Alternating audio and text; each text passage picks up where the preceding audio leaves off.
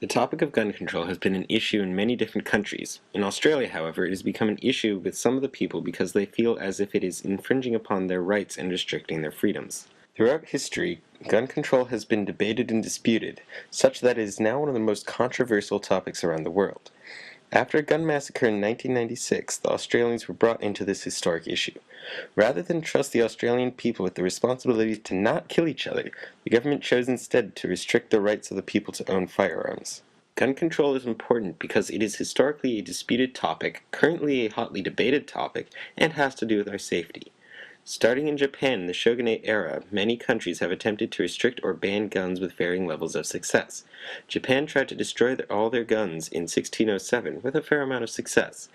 This was put in place because the elite warriors, the samurai, felt that guns gave them a disadvantage. In 1775, the British military attempted to take arms from Massachusetts colonists in an effort to make their occupation easier. They failed to take the arms and instead got driven back to their base by citizens with hunting rifles. In Great Britain, guns were widely owned and generally legal until a school shooting in 1997. After this, laws were passed banning guns, and guns were bought back by the government.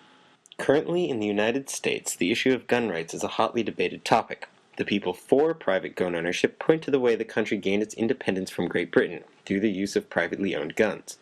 People who want to restrict gun ownership point instead to the massacres that occurred in Australia, Great Britain, and the massacres that happened in the United States, generally the Newtown and Virginia Tech massacres. On April 28, 1996, Martin Brandt started a series of shootings in the tourist hotspot of Port Arthur, a former penal colony in Tasmania, southeast Australia. He managed to kill 35 people and wound 23 before the police showed up. An 18-hour standoff ensued with hostages, which later turned out to be dead. Similar to Great Britain, in Australia, guns were commonly owned until the Port Arthur massacre brought enough attention to the Australian people and government to trigger a massive buyback of guns and laws to be passed restricting gun rights. Semi-automatic rifles, automatic rifles, and shotguns were banned by the government, and anyone who possessed them had to sell back to the government. Single-shot rifles and pistols were not banned, but were instead heavily regulated.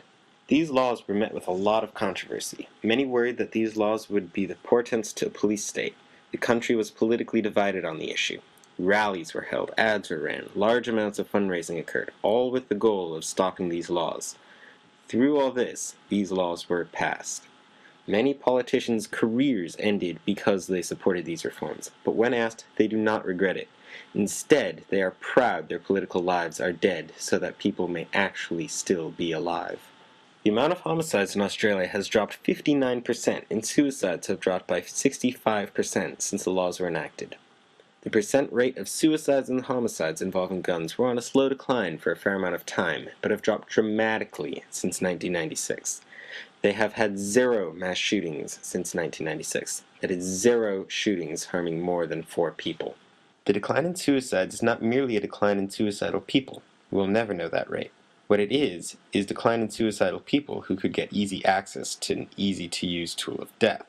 The restriction of guns meant that less people are killing themselves with a gun. If someone is committed to suicide, they will do it. But restricting guns make more people think it through, thus reducing the amount of suicides. Today, there is no longer as much controversy over the laws as when they were first enacted, but it is still present. Most of the country enjoys the safety that the laws bring. They feel no constraint under the laws because they have no need or want to own a gun, let alone a high-powered firearm.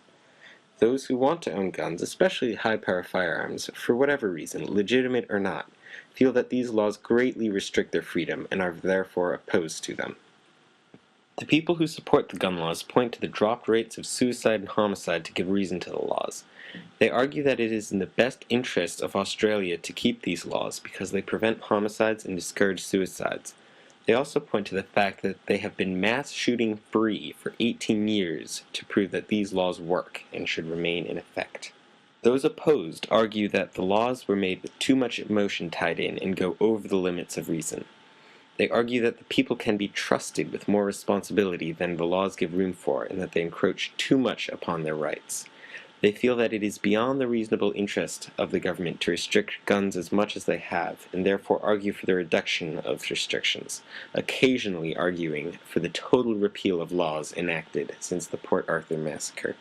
They were enacted through a lot of controversy, but Australia's gun laws are now generally popular among the people and have had a very noticeable and positive effect on violence in Australia.